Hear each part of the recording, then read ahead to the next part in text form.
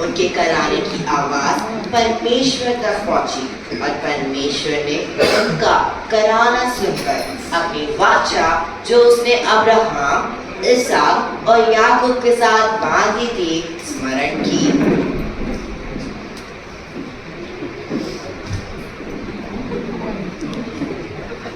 Oh my God.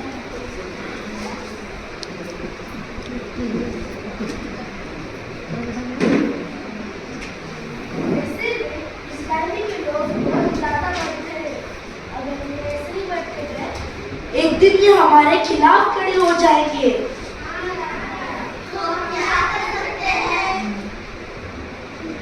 मेरा आदेश है, हर Hebrew लड़का 2 साल से छोटा पैदा लिए हो उसे मार दिया जाए, सिर्फ लड़कियों को जिंदा छोड़ो।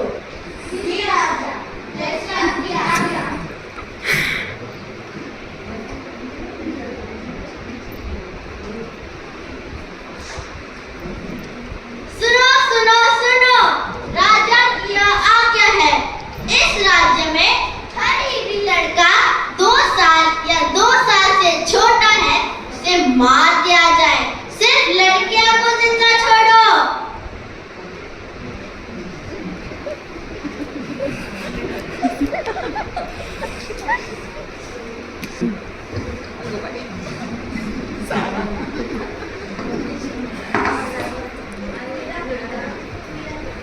क्या होगा? मेरा बेटा, परमेश्वर ने तुम्हें किसी खास काम से भेजा है। लेकिन अगर सेनापतियों को पता चल गया तो कहीं मैं इसे छुपा दूंगी। क्या हमसे बचा पाएंगे? हाँ मुझे परमेश्वर किसी को भेजता है। माइक की वजह से वीडियो गड़बड़ हो रहा है। रास्ता भी दिखाता है।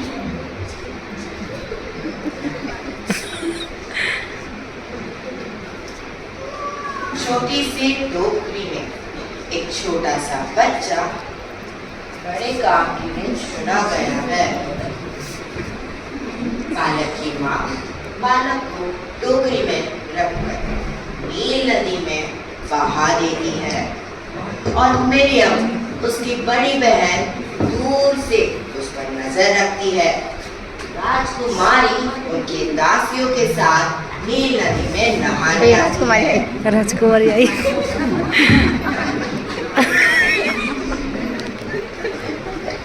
हाय हाय सानवी।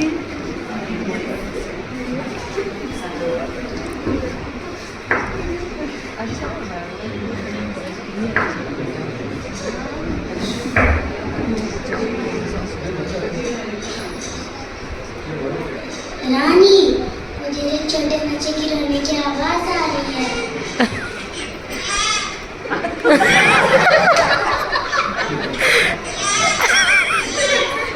रानी, मुझे एक छोटे बच्चे की रोने की आवाज आ रही है। हाँ, मुझे भी सुनाई दिया है, जाओ लेकर आओ।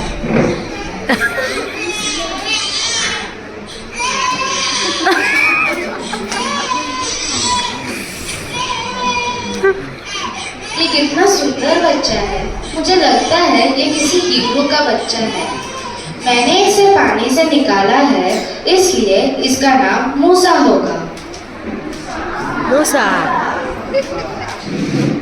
मिरियम उसकी बड़ी बहन उसे दूर से देखकर दौड़कर राजकुमारी के पास आती है और बोलती है, राजकुमारी, आपको कोई दासी चाहिए? हाँ, क्या मैं जाकर हिब्रू सियोन से किसी दासी को आपके पास बुला ले आऊं, जो तेरे बालक को दूध पिलाया करे? हाँ, जाओ लेकर आओ। मिरियम दौड़कर अपनी माँ को राजकुमारी के पास ले आती है। अच्छा। राजकुमारी, मैंने इस स्त्री को लाया है, ये आपके बालक की देखभाल करे। तुम इस बालक को ले जाकर मेरे लिए देखभाल कर। तुम इस बालक को ले जाकर मेरे लिए देखभाल कर और मैं तुझे मजदूरी दूंगी। जी राजकुमारी, मैं इसकी देखभाल करूँ।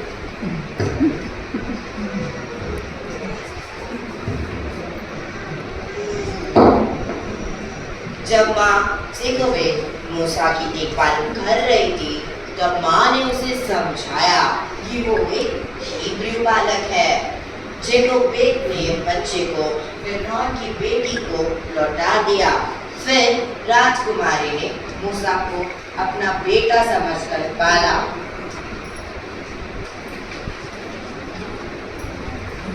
अभी मूसा बड़ा होगा। राजमहल में मिस्री विद्या और ज्ञान में बढ़ता गया।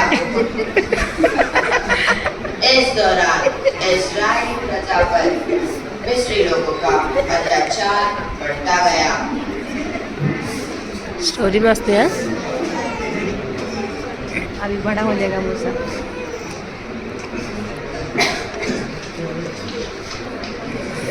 इस्राएलियों पर मिस्री लोगों का अत्याचार बढ़ता गया और इस्राएली फिर से परमेश्वर की दुहाई देने लगे। नील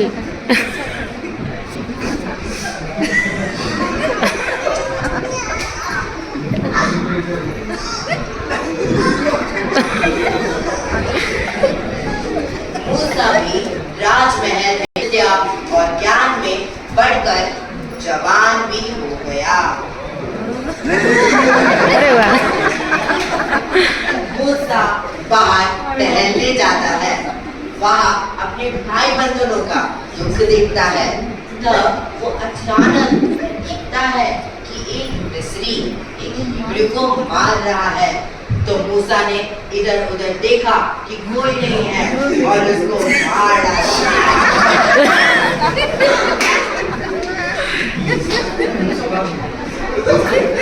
कुछ दिनों बाद फिर एक दिन मूसा ने देखा कि दो हिब्रू भाई झगड़ रहे हैं।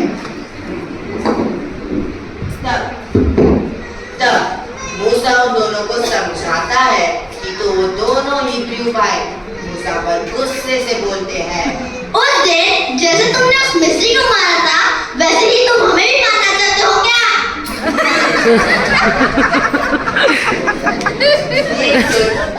ये सुनकर मूसा डर जाता है कि सबको पता चल गया कि मैंने मिस्री को मार डाला है।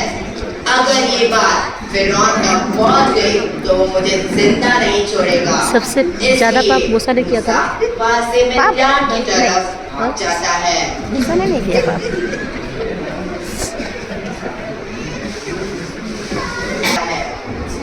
जैसे वो मिद्यान पहुंचता है उसे बहुत प्यास लगती है। वो एक कुएं के पास आता है।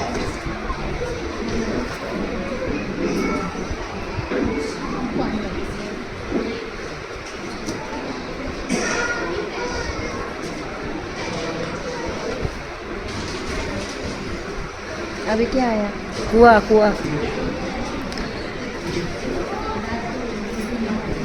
अभी शिपुर आई।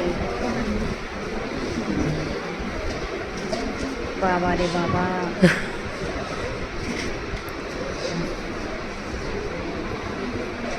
वो एक कुएं के पास पहुंच जाता है।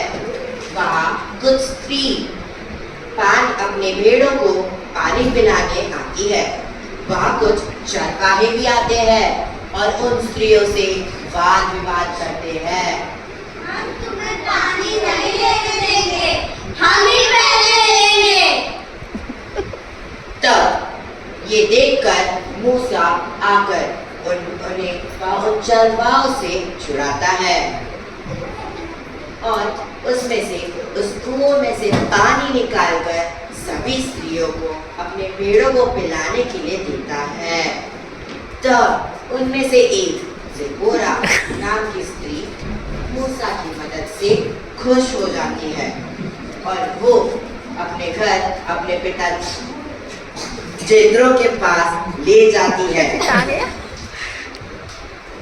मूसा जिपोरा से शादी करके उनके साथ ही रहता है।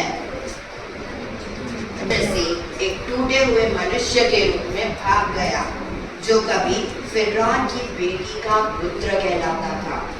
आज वो एक भगोड़ा बन चुका था। वह मिद्यान देश में खाली हाथ पहुंचा। उसके पास देने को कुछ नहीं था सिवाय एक आज्ञाकारी हृदय।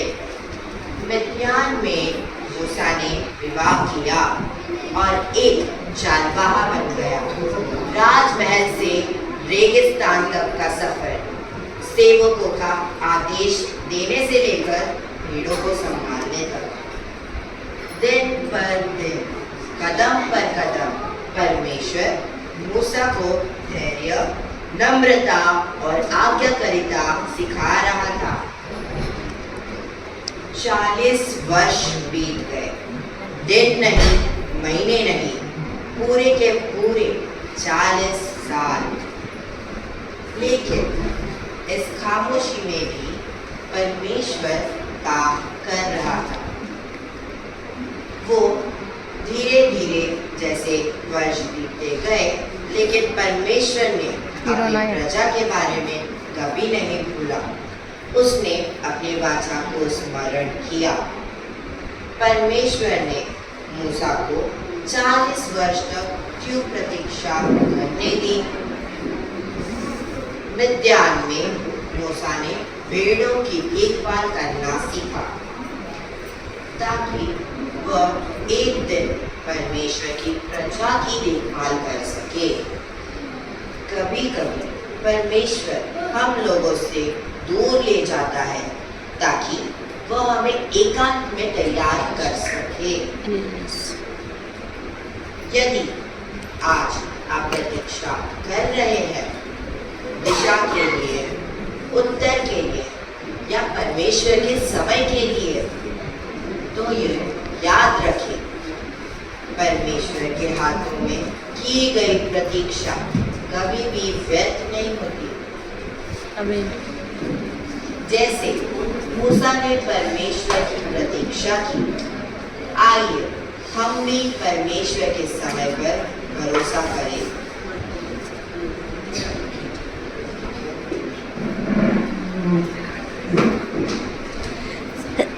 मिद्यान में 40 वर्षों के बाद, जब मूसा ने सोचा भी नहीं था, परमेश्वर ने उसे फिर से बुलाया।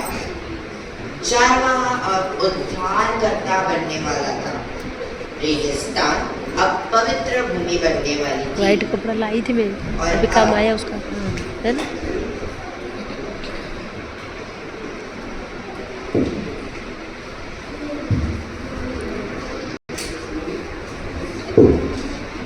चरवाहे बन गए भेड़िया।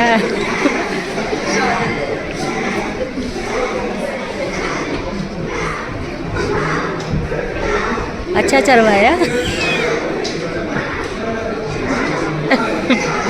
एक दिन मूसा भेड़ों को चराता है। भेड़ों को चराते वक्त अचानक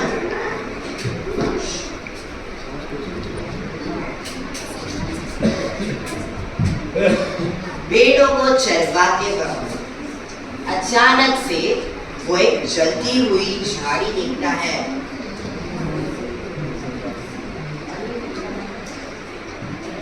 पर उसने एक अनोखी चीज होते हुए देखा कि वो झाड़ी जल तो रही है पर भस्म नहीं हो रही।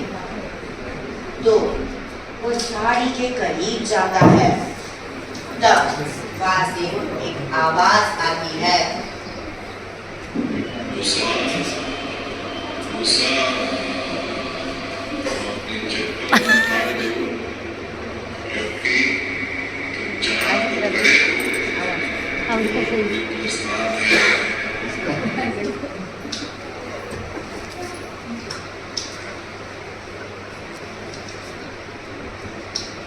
परमेश्वर क्या सच में आप मुझसे बात कर रहे हैं?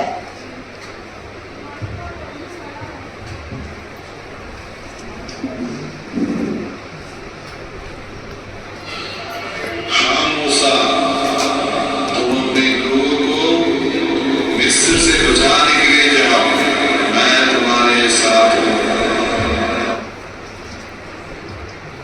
परमेश्वर, अगर मैं लोगों के पास जाऊं और वो मेरी बात न माने, मुझे ना समझे, तो मैं उन्हें कैसे बताऊं कि आपने मुझे भेजा है? तुम्हारे पास जो लाठी है उसे जमीन पर गिरा दो, वो सांप बन जाएगा, और फिर उसे पकड़ लो, वो लाठी बन जाएगा। ये फिरौन के सामने मेरे सामने प्रकट करेगा।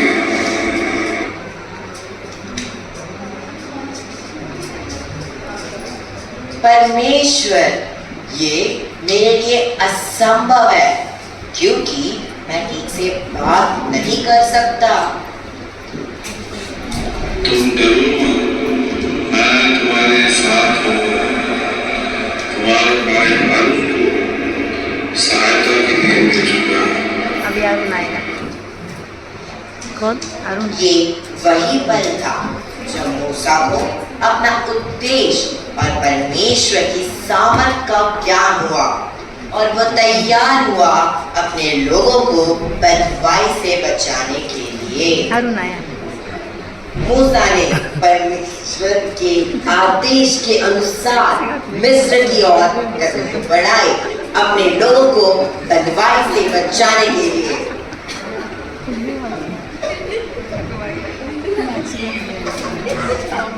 आरोन, परमेश्वर ने मुझे भेजा है और मैं अपने लोगों को अत्याचार से बचाने के लिए आया हूँ। हम दोनों मिलकर फिरौन के सामने खड़े होंगे और उससे कहेंगे कि परमेश्वर ने आदेश दिया है कि मेरी प्रजा को जाने दो। मूसा, मैं तुम्हारे साथ हूँ। हमारे भाइयों के लिए हम दोनों खड़े रहेंगे। मूसा और आरोन फिरौन के पास गए और परमेश्वर के आदेश को उन्होंने पूरा करने के लिए कदम बढ़ाए।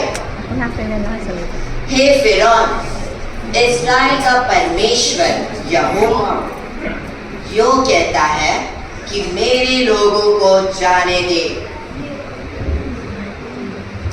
ये यहोवा कौन है? मैं उसे नहीं जानता और मैं उसकी बात क्यों मानूं? और मैं इस्राएलियों को नहीं जाने दूंगा। मूसा अपनी लाठी नीचे डालता है, वो सांप बन जाता है। इब्रानियों का परमेश्वर ने हमें दर्शन दिया है। कृपया हमें अपने लोगों के साथ उसकी आराधना करने जाने दो। तुम लोगों को काम से भटका रहे हो। जाओ, अपने काम में लग जाओ। यदि आप नहीं सुनेंगे तो परमेश्वर अपने चिन्ह और चमत्कार दिखाएगा। मैं नहीं सुनूंगा। यहाँ से चले जाओ। मूसा ने अपने लाठी को जमीन पर डाला और वह सांप बन गया। ये चमत्कार देखने के बाद भी फिरौन ने मूसा की बात नहीं मानी। फिर परमेश्वर ने मिस्र पर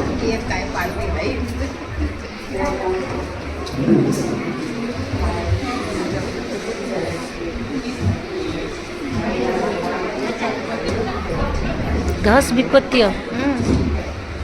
पहला, पानी का लहू बन जाना। दूसरा, मेंढक फैल जाना। तीसरा, जुए आना। चौथा, मक्खियां आना। पांचवा, पशुओं में रोग। छठवां, फोड़े निकले। सातवां, ओले गिरे। आठवां, टिड्डियां आई। नौवां, घोर अंधकार छा गया। 10वां, पैरोठे की मृत्यु। 10वीं विपत्ति के बाद फिरौन टूट गया।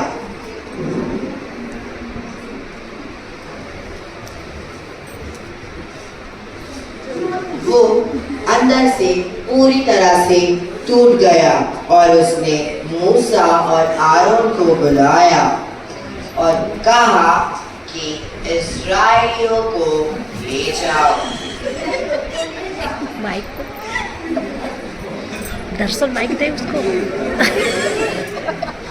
तब मूसा इस्राएल को मिस्र के बाहर लेकर आया और इस्राएली चलते चलते लाल समुद्र के पास आ जाते हैं।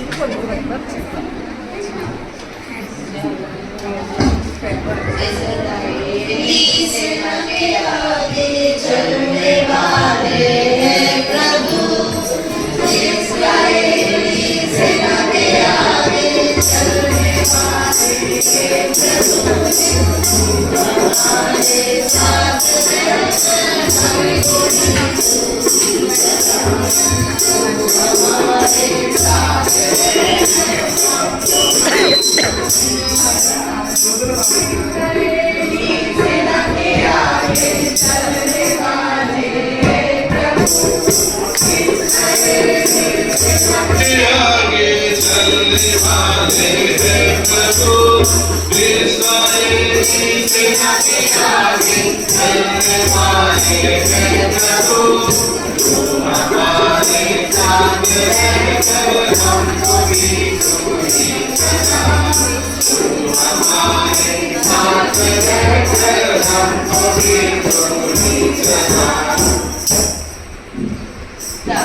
वहाँ मिस्र में फिरौन अपने सैनिकों को भेजता है कि तुम इस्राएलियों का पीछा करो और उन्हें पकड़कर लेकर आओ।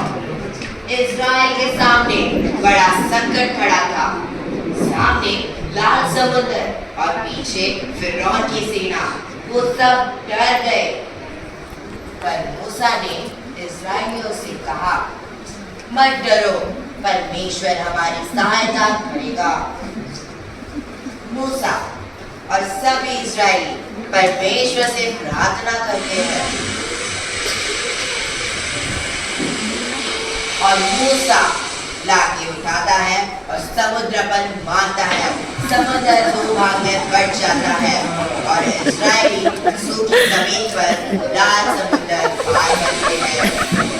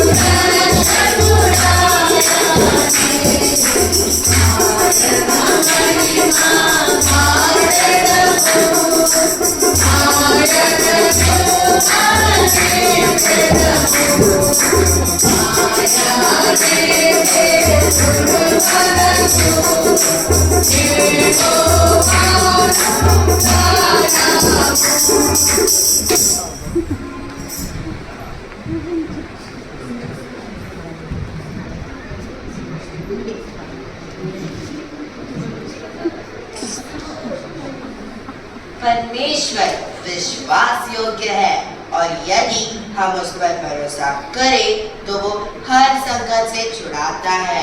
सभी मिलकर आमीन कहते हैं। आमीन। मूसा परमेश्वर का विश्वास योग्य सेवक था, जिसने इस्राएलियों को मिस्र की गुलामी से बाहर निकाला और परमेश्वर ने मूसा के द्वारा अपना नियम मार्गदर्शन लोगों को दिया। यद्यपि मूसा प्रतिज्ञा किए हुए देश में नहीं प्रवेश कर सका, फिर भी उसने अपना उद्देश्य पूरा किया। मूसा का जीवन हमें आज्ञाकारिता, नम्रता और परमेश्वर पर विश्वास करना सिखाता है। मूसा की कहानी हमें दिखाती है और बतलाती है कि परमेश्वर साधारण लोगों के द्वारा भी महान कार्य करता है। मूसा की कहानी हमें भी सिखाती है कि उद्धार करने वाला एकमात्र परमेश्वर है। जैसे इस्राएलियों का प्रार्थना पुकार सुनकर उन्हें मिस्र के दाबंदवाई से छुड़ाया था, वैसे ही वो आज भी हमें पाप, भय, निराशा की बंदवाई से छुड़ाता है। जिस प्रकार इस्राएलियों फरो से स्वयं को नहीं बचा पाए थे, उसी प्रकार आज भी हम अपने पापों से स्वयं को नहीं बचा पा सकते हैं। लहू पाए बिना पापों की क्षमा नहीं होती है। इसलिए प्रभु यीशु मसीह इस जगत संसार में आया, हमें क्रूस के पापों के बंधनों से छुड़ाने को वो क्रूस पर मारा गया। उसका पवित्र लहू हमारे लिए बहाए ताकि हमें अनंतकाल का जीवन मिले। आप भी प्रभु यीशु मसीह को अपने उद्धारकर्ता की नाय ग्रहण करो, क्योंकि आज ही उद्धार का दिन है। Thank you. Very good.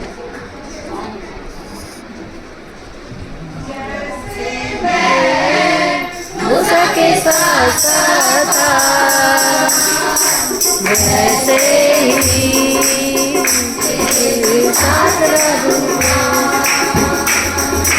जैसे मैं मूसा के साथ था,